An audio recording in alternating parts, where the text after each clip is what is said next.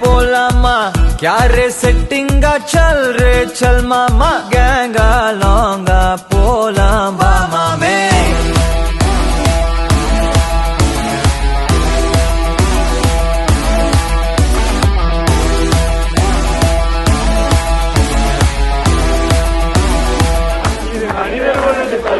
இது மனித காதல் அல்ல அதையும் தாண்டி புனிதமானது அது சாமியே தாராட்டு சாமியே நான் தானே தெரியுமா சிவகாமியே சிவகாமியே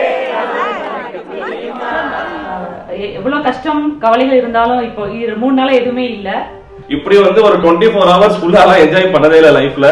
எப்பவுமே ஒரு கம்பெனிஸ் ஆர்கனைஸ் பண்றாங்க அப்படின்னா ஓனர்ஸ் கூட வர மாட்டாங்க. ஒவ்வொருத்தவங்க கேட்டு உங்களுக்கு இது வேணுமா இது வேணுமா கேட்டாரு, அது யாரும் கேட்க மாட்டாங்க. சாப்பாடு ஃபர்ஸ்ட் கிளாஸா இருந்தது.